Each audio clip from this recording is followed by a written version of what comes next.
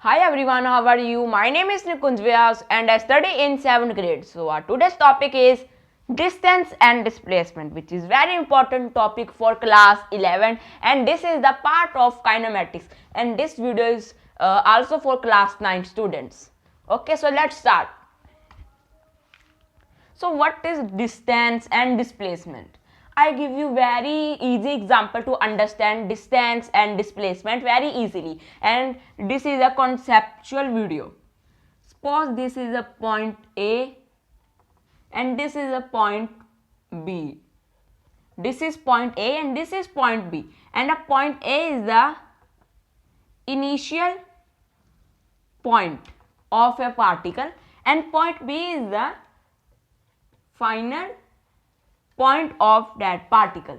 A particle goes from this part to reach point B. The particle goes from initial position to final position through this part, and the length of this part is L. The length of this whole part is L.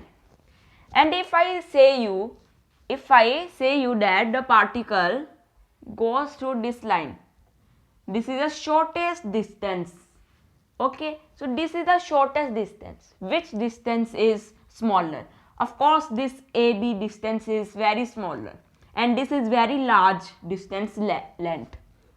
Okay, so if I say this is the longest part to reach the point B from point A, and this is the shortest part to reach point B from point A, then this shortest distance is called displacement. Displacement of that particle from point A to point B, and this whole part is called distance. What are the definitions of distance and displacement? The definition of distance is the path to reach from point A to point B is called distance, and of displacement is the shortest distance from point A to point B is called displacement. And this definition is for this case. If we say the permanent means the correct statement, that is of distance, the definition is the path from initial position to final position is called distance, and of displacement, the shortest distance from initial to final position or point is called displacement. So this is the definitions of distance and displacement.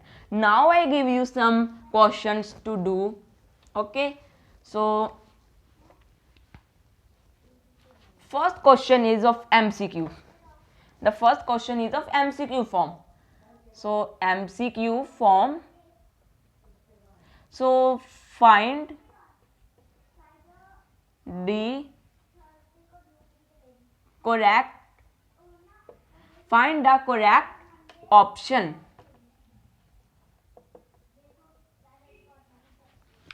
Okay, so now see, the option A is distance is equals to displacement.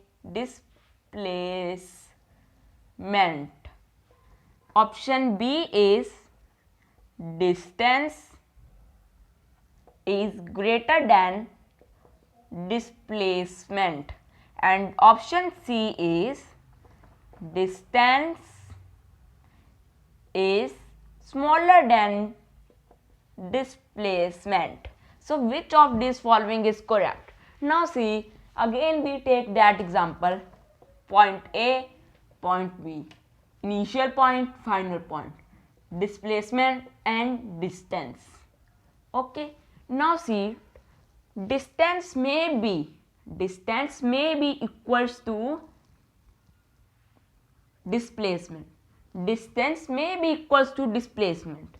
So this is correct statement, because if I say this is the distance and this is the displacement, then that is the correct statement. And the B is distance is greater than displacement. So this is a correct statement. Distance always greater than or equals to displacement. So this is very important to see this. This is always correct. This statement is always correct. Distance is equals to or greater than displacement. And so this is correct statement. And option C is distance is smaller than displacement, which is always wrong statement. So this is wrong statement. So these two are the correct statements.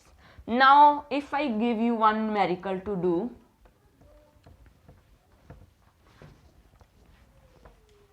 the next question is of numerical. I say a person moves from point A towards the north and to reach the point B, and the distance from point and the distance of point A to point B is 3 km.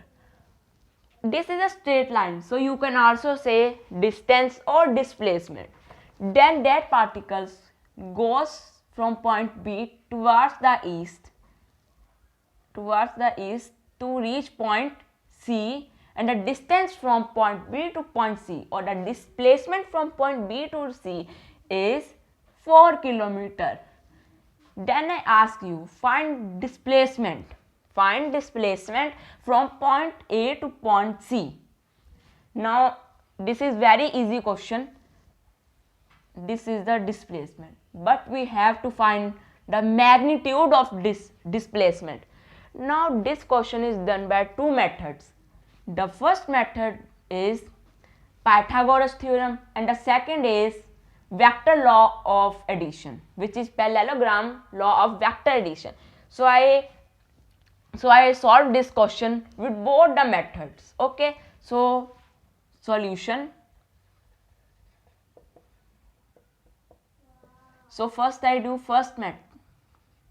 method number 1, which is Pythagoras theorem, and it is very easy. Pythagoras theorem means AC square is equals to 3 square plus 4 square, and equals to the square of 3 is 9 plus 16 equals to under root 25, which is equals to 5 km. So the answer of this displacement is 5 km, which is the magnitude of its displacement. Okay, and you can also give its direction.